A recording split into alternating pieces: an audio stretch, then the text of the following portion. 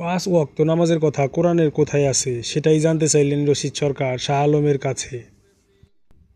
কোরআনুল করিম পড়েছি, কোরআন দর্শন পড়েছি, কানজুল ইমান পড়েছি, কিন্তু এর মধ্যে পাঁচ ওয়াক্ত নামাজ পড়তে হবে জামুলবিরা বা আমাদের হুজুররা এত তাগিদ দেয়, এটা কোরআনের কোন আয়াতের ভিতরে আমি এরকম কোন কথা পাইনি।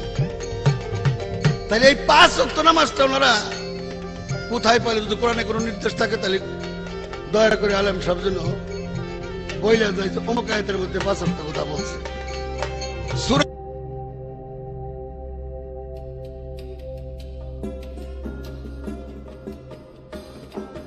সূরা রুমের 17 নম্বর আয়াত একটা আছে, সেখানে বলা হয়েছে, সেখানে তাফসীর কারকরা তাদের নিজের মত মতো তাফসীর করতে যায় পাঁচ ওয়াক্তের কথা বলছে, কিন্তু ওই শব্দটার অর্থ আরবির যে শব্দটার অর্থ লোগাতে পাওয়া যায়, তুমি সকাল সন্ধ্যা দুপুরে তুমি তোমার প্রভুর গুণকীর্তন করো। সেখানে সালাতের কথাও নাই, আর সেখানে পাঁচবারের কথাও নাই। এরপরে পাঁচবার শব্দটা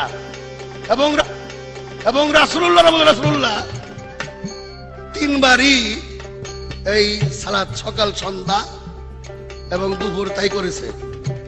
আমি বলতে চাই এটা উমরের আমল থেকে পাঁচ ওয়াক্ত চালু।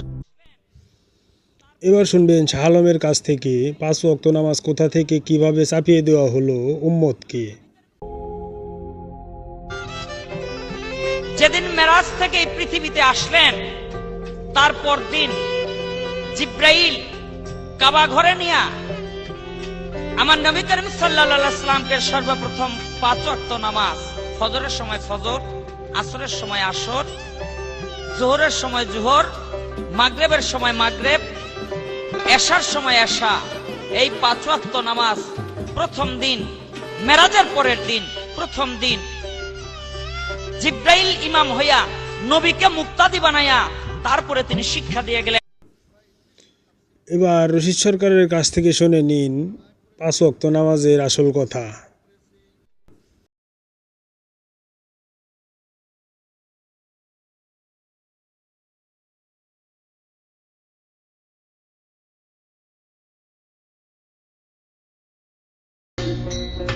পাঁচ ওয়াক্ত নামাজের কথা, এখানে হাদিসের একটা কথা নিয়েছে যে মেরাজের থেকে পাঁচ ওয়াক্ত নামাজ আনছে।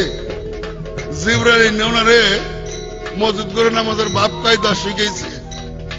নবীরে জিবরাইল বাপ কায়দা শিখাইতে পারে, ওই জিবরাইলের মায়ের নাম কি আর বাপের নাম কি? হ্যাঁ, যার পশমে পশমে এবাদত, যে মুইতে দিলে তার মুতের সঙ্গে এবাদত ভাইসে যায়, পায়খানা করলে তার পায়খানার সঙ্গে এবাদত ভাইসে যায়।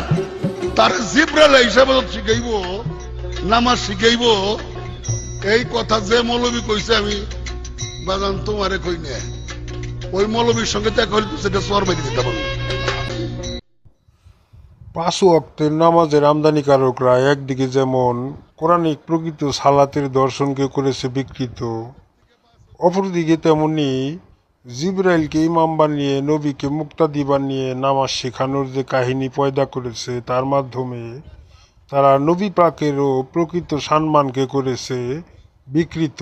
প্রকৃতপক্ষে কোরআনের আলোকে সালাতের মূল দর্শনই হচ্ছে দায়মি সালাত তথা বিরামহীন সালাত, আর এই বিরামহীন সালাতকেই কোরআন প্রকৃত সালাত হিসেবে আখ্যায়িত করেছে। দায়মি সালাতিগণ তাদের নামাজে সদা নিষ্ঠাবান এবং তারা তাদের নামাজের মাধ্যমে ভদ্র ও বিনয়ী ভাব অর্জন করতে পারেন, যা পাঁচ ওয়াক্তিরা পারে না।